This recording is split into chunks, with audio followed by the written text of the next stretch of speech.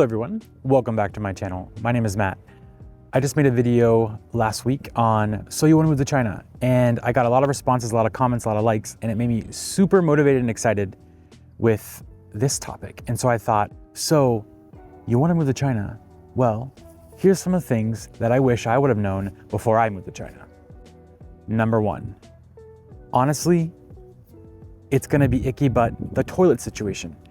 China is an amazingly advanced, fast-moving country, but it has a lot of improvements to make when it comes to the toilets.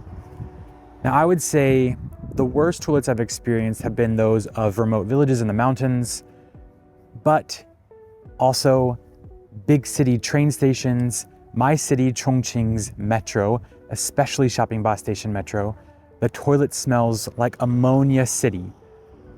If anybody needs ammonia, let me know. I can get you a lifetime supply. But it is horrible. So that's the first thing. It's the toilets. But also the toilets comes with what? The smells and being prepared. So if you want to find a public toilet, let me tell you a secret. Western toilets are not what a toilet is called. A toilet is known as a squatty potty, right? So you gotta squat down and use it. So practice your squats before you come. That's what I told my mom when she came, and I think it helped her. But basically, knowing three crucial things. Number one, can I squat and how do I squat? Number two, is there soap and how do I find soap? And number three, is there toilet paper and do I need to bring my own toilet paper? The answer to all these questions is maybe, but be prepared. So number one, can you squat?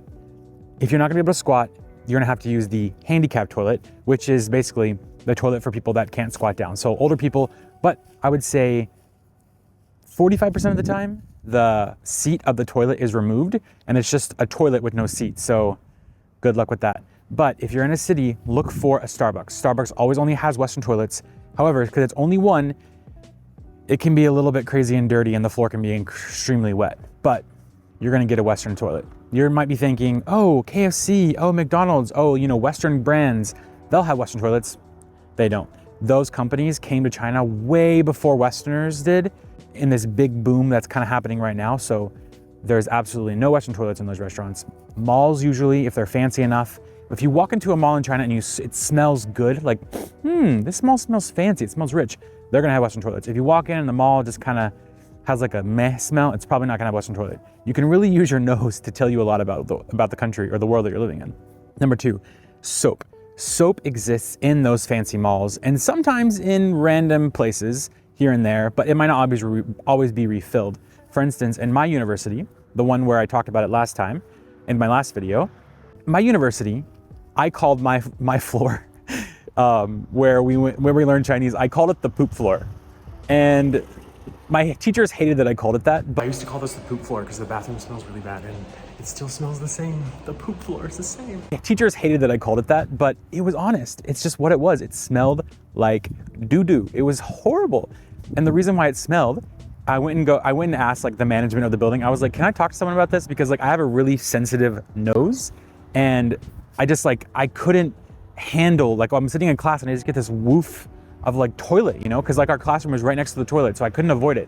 I couldn't do anything. Like if I was the classroom at the other end of the hallway, it's fine. But it's like, I didn't want to have the mentality of, you know what, I'll fix it for my situation and then the next people will just suffer. Because every single year it was the same. So I thought, you know what, for the good of all mankind, let's fix this poop floor problem. So I went to the management and I asked them, hey, could you tell me why this place smells like poop, basically? It's horrible. And they were like, oh, it's because of the weather. And I said, what? The weather? What do you mean the weather smells bad? And that's what they told me. And they said, if you get 1 to 200 people to sign a petition, we will clean the bathroom every day. Because they said they clean it once a week with water. And I was like, you need to use chemicals. They're like, no, we can't use chemicals. So I learned something about Chinese culture is that they think chemicals equals death. So even for cleaning stuff. So they want stuff that doesn't smell bad at all, like bleach, they won't use it, all that kind of stuff. So I got over 100 people to sign this petition and I gave it to them and they were like, oh, we didn't think you would do it. Sorry, we're not gonna actually clean the bathrooms. So what I did was I brought bleach myself to school and I started cleaning the floor and it worked. It worked for about 1 week. And the bathroom didn't smell bad for, I would say, 1 week to 10 days. But then after that, it was horrible and I had no choice but to continue learning Chinese on the poop floor. But you know, maybe the poop floor made me a better Chinese learner because people say my Chinese is good. So I don't know. Okay, so in our school, we also had a soap container that was never filled. And then it broke off one day. And then after COVID, I went back to my school, you know, because you couldn't go in for a long time. And I checked it out and it was back. The soap dispenser was there. But was there soap? There wasn't. Nope. Is there hot water? Nope. Is it cold water? Yes. So you get what you get. Every single situation is going to be different for you. And listen, China is a personalized experience. So wherever you live, wherever you go, you'll learn. I don't go to the bathroom here. I go to the restroom here. That's something you don't have to think about. If you live in America or Canada, you don't have to think like, do I use this bathroom? Do I, whatever. I mean, maybe you do, I'm not sure. I mean, in America, I wouldn't go to certain gas stations to use the bathroom because I'm like, meh. It's kind of like that kind of logic, right? So just be prepared. So do they have Western toilets or squatty potties? They're called ma tong in Chinese, ma tong. Learn that word, ma tong. Yo, ma tong, is there a Western toilet? Is there soap? And is there paper? So in China now, a lot of times the paper is still a situation. But the big fancy malls that smell kind of good, usually they'll always have paper.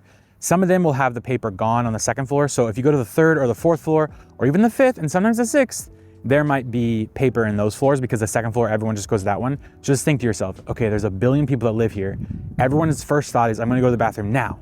So, you know, think about like, if you go to a floor that's less accessible, it also might be cleaner. The soap might still be left, like that kind of stuff. There's just too many people, too much going on for them to always have it refreshed and refilled. So just remember that. So the toilet situation.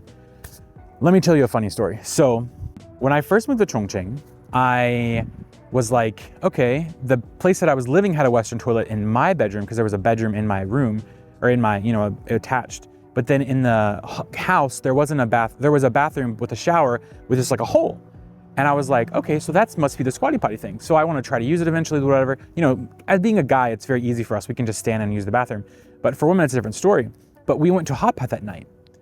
And I was like, oh man, how do I use this squatty potty? I don't know what to do. So do you know what I did? I did this for maybe a year and a half. I took off my, not just pants, but I took off my underwear too, and I hooked it on a hook, or I rolled it up into a ball and just held it and squatted down and used the bathroom because I wasn't sure what to do. And luckily, I had paper with me because someone gave me like a roll of paper. But yeah, my first experience in China with squatty potties was crazy.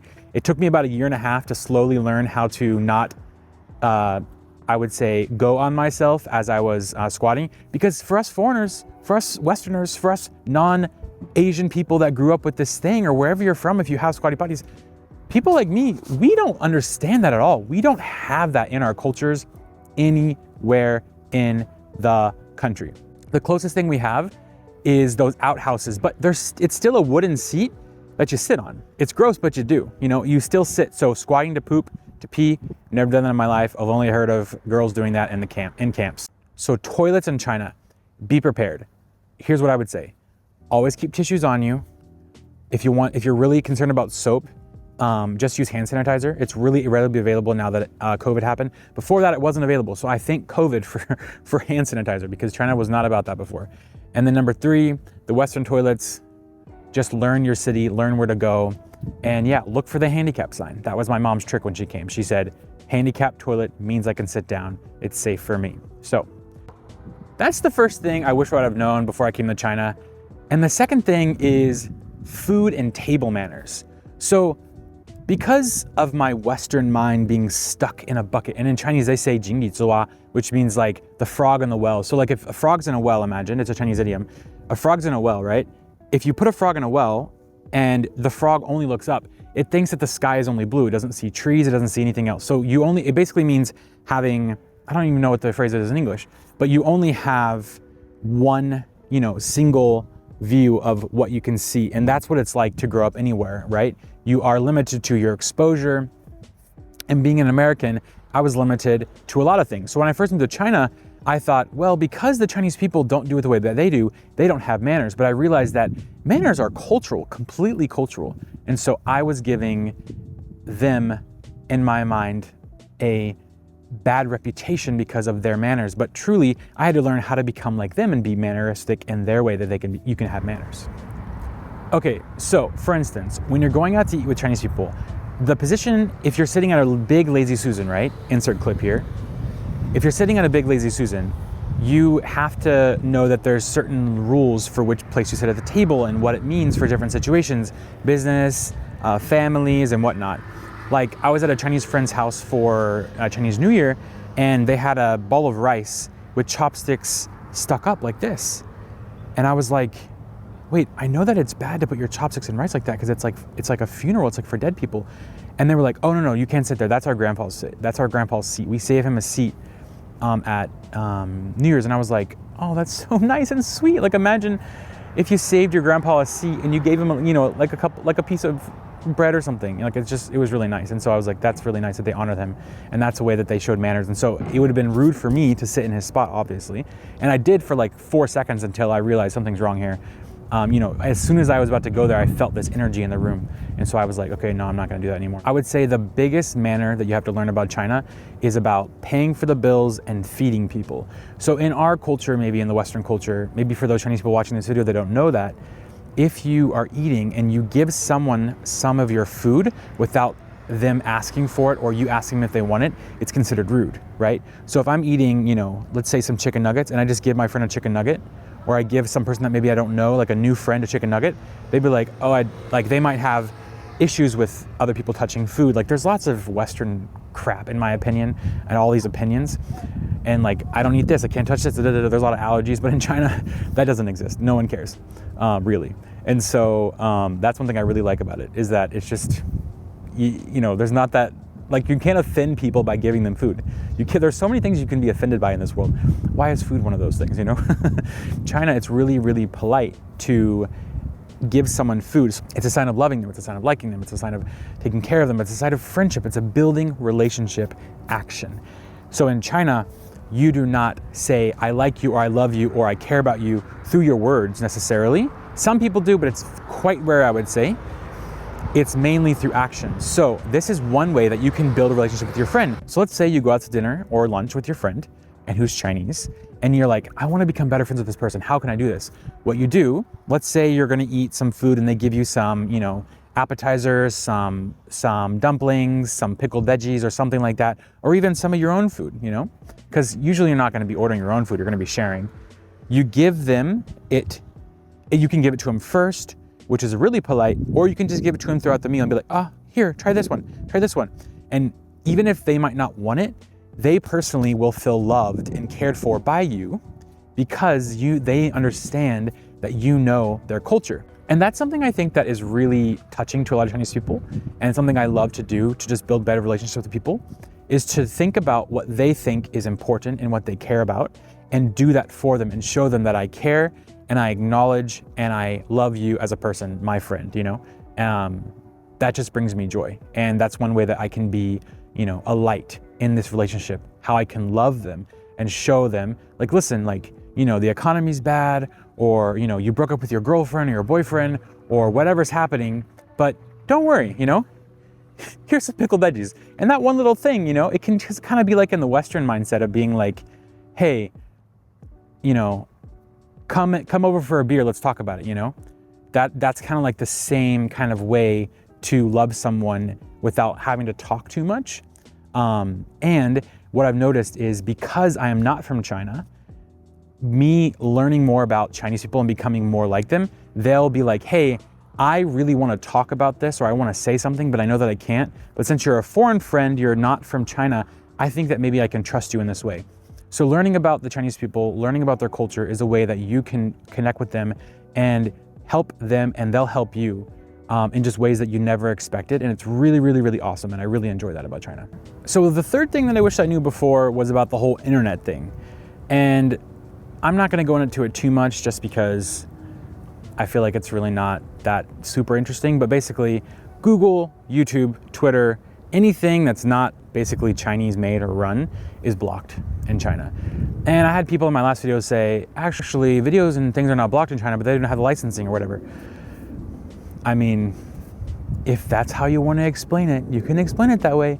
But we all know is that it's blocked. So YouTube is blocked, Facebook is blocked, Snapchat is blocked, Twitter is blocked, whatever, X is blocked, anything is blocked. American TikTok, international TikTok is blocked. Chinese people can't even view their own country's app, TikTok, because it's the Western TikTok. all those things, none of it's available. Russian, Facebook, not available. Korean, Kakao app, Japanese or Thai line or Taiwanese line, not available. Instagram, nothing. So before you come, and something that you might run into is you might think, oh, I'll be fine, but I would make sure that you have a VPN, a virtual proxy network. I personally think that it's a little bit risky just to get a VPN when you're traveling, especially just for travel. So what I do as a backup is I get a eSIM. Now, I don't have an eSIM company that wants to sponsor this video, but in the future, let me know. I will definitely recommend a brand, but I have a brand that I really do love. The reason why eSIMs are better than VPNs is because eSIMs lock into the cellular data network of a non-Chinese internet phone company. So basically it locks into the cell tower, and the cell tower is just a cell tower, right? But it connects to internet in the West from wherever that card is from, or it could be also Asia, like Thailand. I think the one that I have is a Thai SIM. But just so you know, also you might be thinking, oh, maybe I'll buy an iPhone in China, or I'll buy this in China. A lot of those things they have certain limitations. So for instance, iPhones in China only have physical SIM cards, they don't have eSIMs. So I bought my phone in the States, and I'm glad that I did because I didn't know that Chinese SIMs don't have eSIM situations. So eSIMs are super helpful and super important, especially if you travel a lot. So honestly, if you want to come to Asia and you want to buy a phone, an iPhone at least, and you want it to be unlocked and have all this kind of stuff, I would say buy it in Hong Kong 100%. Don't buy it in Japan, because Japan, when you take a picture, because of all of the perverts that take pictures of girl skirts, they have the locked sound turned on. You can't turn the shutter sound off.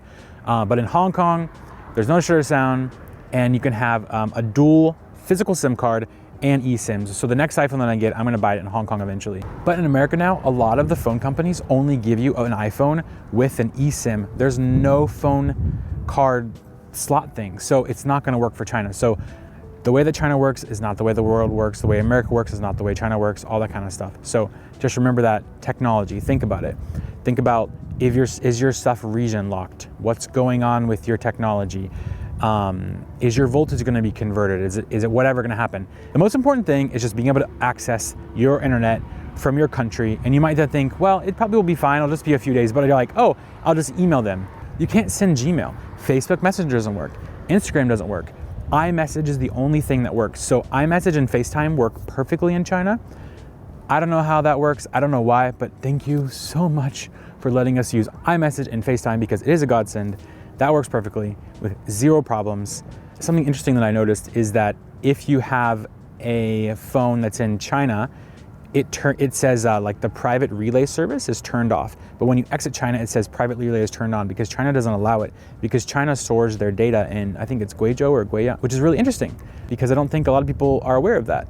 So if you travel to China, just know that some of your data will be stored in China unless you have an eSIM where it never touches Chinese internet. It's always on the overseas SIM internet networks. And that's important to some people. So if that's important to you, just part one of what I wish I knew before I moved to China. And so, yeah, make sure you subscribe and like, and yeah, share this to your friends that they're going to be moving to China. I really appreciate it. I appreciate it so much. I'm really excited for this YouTube adventure that I'm on. And also, let me just share something in Chinese real fast for my Chinese viewers. 我中国的朋友，或者说华语的朋友，我非常感谢你们看我的视频，求你关注并且分享给你的朋友听。我也希望我可以就是通过这个平台可以去做那种 YouTuber 的生活方式。感谢你们，我希望下次再见，拜拜。哦，对，你们在重庆的话可以@我，然后可以来找我玩哈，我们可以一起吃火锅。All right, let's meet in Chongqing, y'all. See you later for part 2. Bye.